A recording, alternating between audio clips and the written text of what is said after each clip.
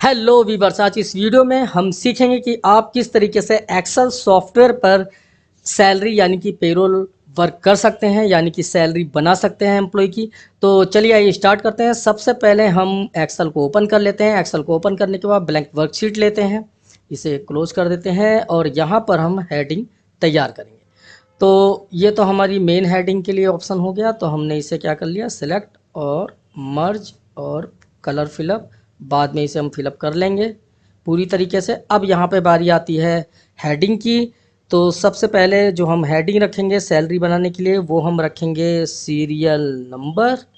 उसके बाद जो नेक्स्ट हेडिंग होगी वो होगी एम्प्लॉई कोड की। फिर नेक्स्ट हेडिंग होगी एम्प्लॉई नेम की।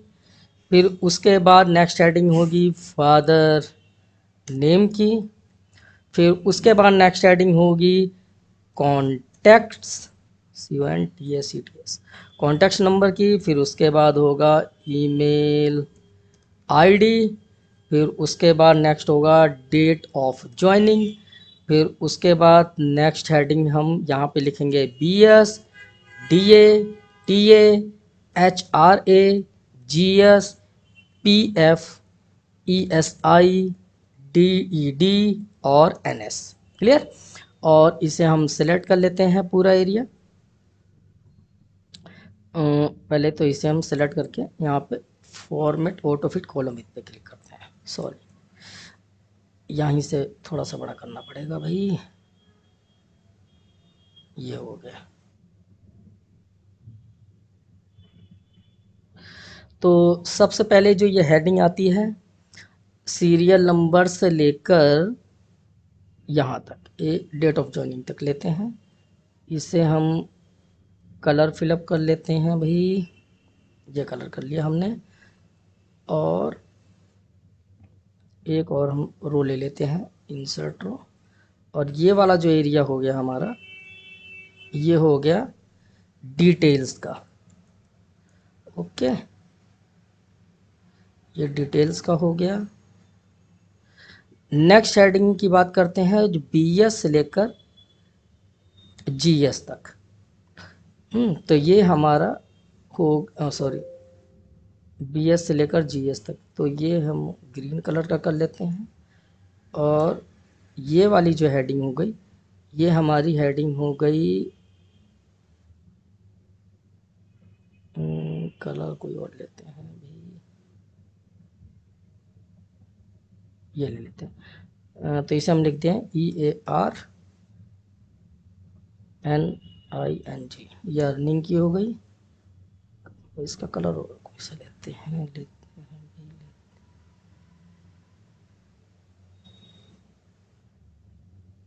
चलो जी, तो ये अर्निंग की हो गई। और ये वाला जो पोर्शन है वो हम ले लेते हैं डिडक्शन के लिए।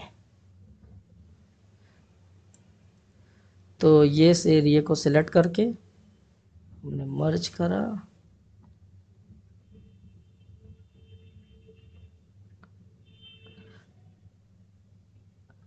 DED deductions.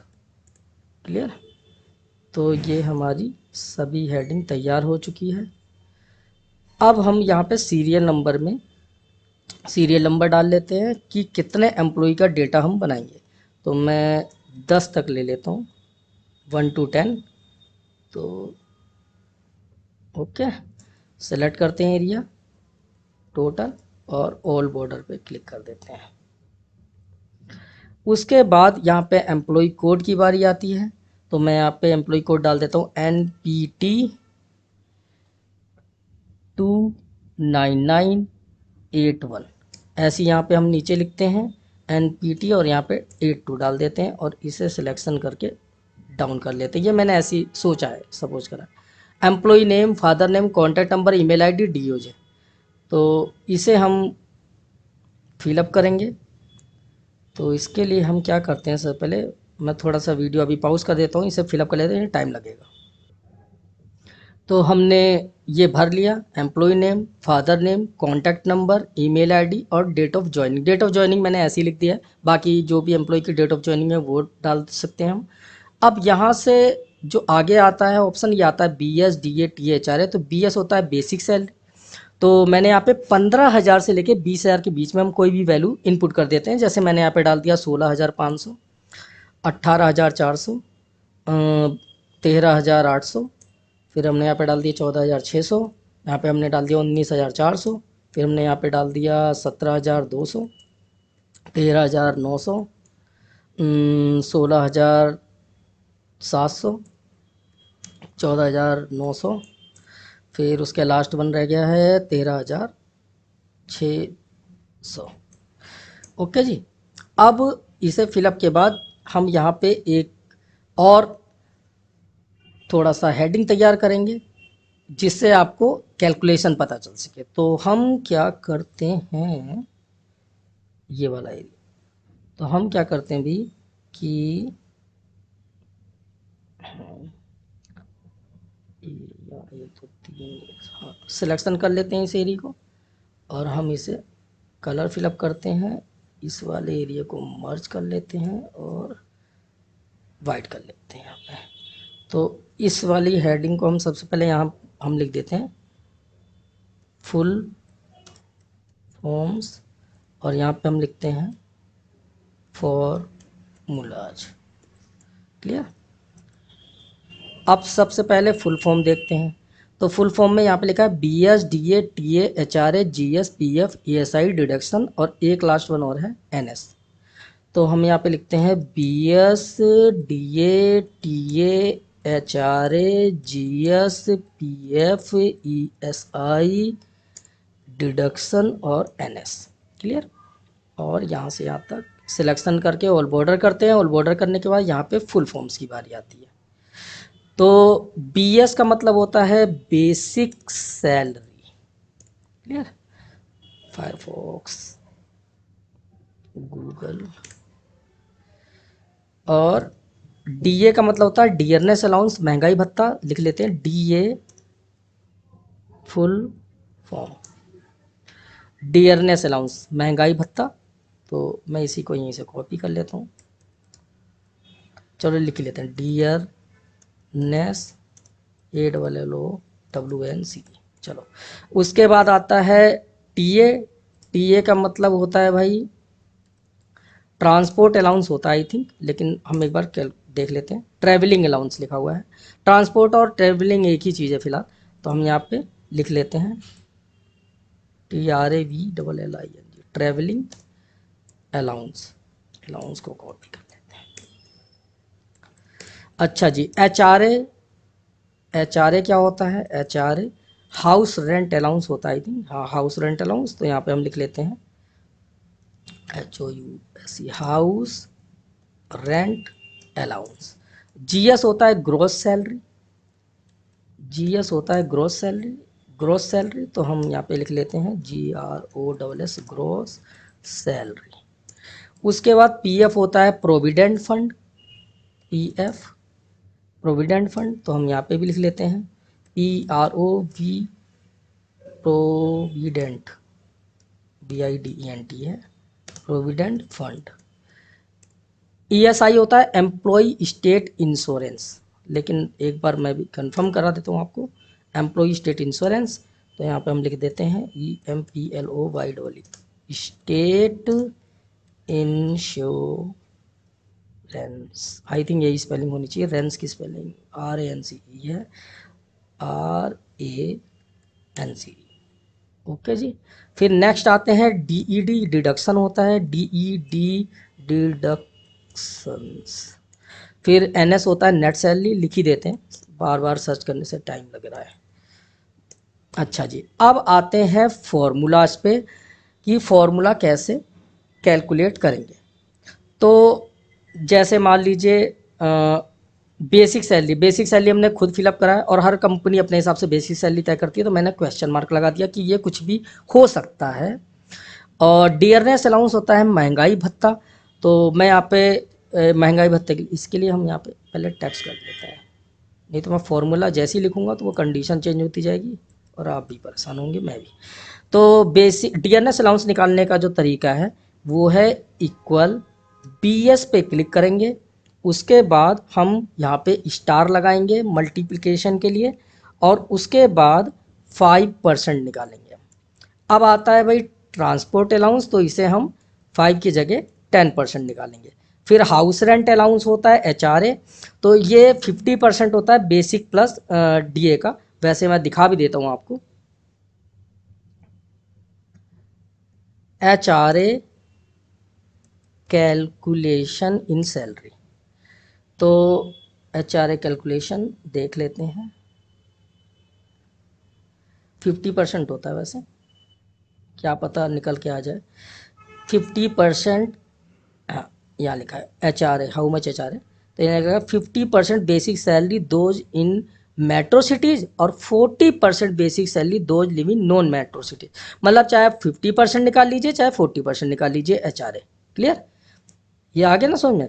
और यहाँ पे बेसिक सैलरी का 50% निकाला हुआ है, तो हम भी इसी के अकॉर्डिंग निकालते हैं। तो यहाँ पे हमने HRA निकाला। HRA कैसे निकालेंगे वो बताता हूँ, इसका फॉर्मूला भी हम यहाँ लिख लेते हैं। इक्वल ब्रैकेट लगाएंगे BS basic salary plus DA महंगाई भत्ता डियरनेस अलाउंस, ब्रैकेट बंद, स्टार 50% लेते हैं, आप 40% भी ले सकते हो, मर्जी आपकी। अब यहाँ पे आता है ग्रोस सैलरी की बारी। Equal BS plus DA plus TA plus HRA, सभी को जोड़ देंगे। उसके बाद अगला आता है भाई प्रोविडेंट फंड। ये जो गवर्नमेंट ने 12% सेट कर रखा है, लेकिन मैं आपको दिखा देता हूँ कंफर्मेशन के लिए। तो हमने यहाँ पे लिखा PF, तो PF आता है आपका 12%। ये देखो यहाँ पे लिखा हुआ है EPF, तो यहाँ पे एम्प्लॉय प्रोविडेंट फंड, तो यहाँ पे लिखा हुआ है EPF इक्वल 12% आ रहा है ना। तो हम यहाँ पे भी, और मैं और भी कहीं दिखा देता हूँ। यहाँ पे देखो employ contribution 12% of basic salary, तो हम यहाँ पे निकालते हैं equal bracket BS plus DA bracket बंद स्टार 12%। और एम्प्लॉय स्टेट इंश्योरेंस है 0.75 होता है, लेकिन मैं दिखा देता हूँ आपको ESI कैलकुलेशन 0.75 आ रहा है ना। तो हम इसे भी यहाँ निकालते हैं, और कुछ कुछ कंपनियों में 3.25% भी है, तो हम यहाँ पे निकालते हैं 0.75 लिख लेते हैं। इक्वल क्या क्या है देख लेते हैं। If gross salary 10,000 contribution, okay, तो यहाँ पे हम लिखते हैं इक्वल ब्रैकेट लगा के BS प्लस DA ब्रैकेट बंद स्टार 0.75% ही लेते हैं हम फिलहाल। आप पढ़ के चेंज भी कर सकते हैं, कोई दिक्कत नहीं। डिडक्शन होता है आपका इक्वल PF प्लस ESI, और नेट सैलरी होता है equal GS minus DED deduction. अब इसी के आधार पे हम सारे के सारे फॉर्मूले को सेट करेंगे। क्लियर, तो चलिए आइए स्टार्ट करते हैं। अब आता है DA की बारी। सबसे पहले तो DA है equal BS star 5%, equal BS star 5%, enter. अब अगला आता है ट्रांसपोर्ट अलाउंस 10%, सेम कंडीशन में, इक्वल BS पे क्लिक स्टार 5 की जगह 10 करना है बस, और परसेंट लगाना है, एंटर करेंगे। सेम कंडीशन वैसी है, वो परसेंटेज चेंज हो गया है। अगला आता है हाउस रेंट अलाउंस, तो इसे निकालने के लिए है इक्वल ब्रैकेट लगाएंगे भाई। इसमें भी देखिए BS प्लस DA, तो BS प्लस DA ब्रैकेट बंद स्टार 50%, 40 भी ले सकते हैं या 50 भी ले सकते हैं। उसके बाद नेक्स्ट ऑप्शन आता है भाई ग्रॉस सैलरी का, जिसके लिए है equal BS plus DA plus TA plus then HRA last one, और एंटर। उसके बाद PF की बारी आती है equal bracket BS plus DA then bracket बंद और स्टार 12% और एंटर। अब आता है ESI की बारी इक्वल और bracket BS plus DA bracket बंद स्टार 0.75% देन एंटर। उसके बाद हम नेक्स्ट ऑप्शन पे आते हैं भाई DED डिडक्शन कटौती equal PF plus ESI then enter. अब लास्ट वन आता है आपका NS equal GS minus DED deduction then enter. उसके बाद जब सभी के सभी का डेटा निकल जाएगा तो आपको सारा डेटा एक साथ सिलेक्ट करना है और ड्रॉप डाउन करना है या ड्रैग डाउन करना है और सभी के आंसर आ जाएंगे। दूसरी चीज़ क्या है भाई, डेसिमल के बाद की वैल्यू जो है उसे सेट करना है आपको। तो आप क्या कर सकते हैं, यहाँ से इंक्रीज और डिक्रीज होते हैं, देखिए ये डिक्रीज हो रहे हैं, ये इंक्रीज हो रहे हैं। तो डेसिमल के बाद 2 वैल्यू को रखिए, बस इस तरीके से आपका आंसर आ गया। सारा का सारा एरिया सिलेक्शन करते हैं, फोल्ड कर लेते हैं, तो ये हमारा सैलरी कैलकुलेशन पूरा हो चुका है।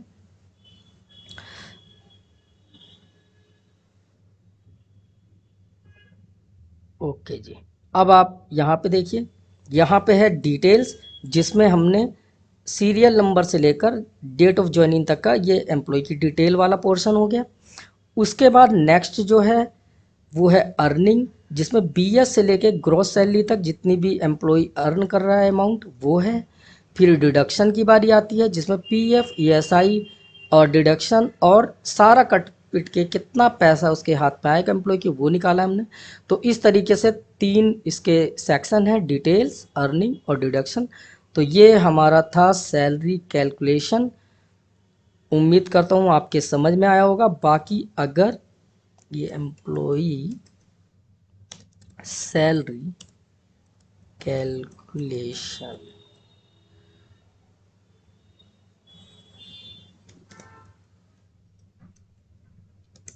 तो इस तरीके से आप डेटा तैयार कर सकते हो एम्प्लॉय सैलरी कैलकुलेशन का। बाकी मिलते हैं आपसे न्यू वीडियो के साथ, तब तक के लिए बाय बाय, टेक केयर।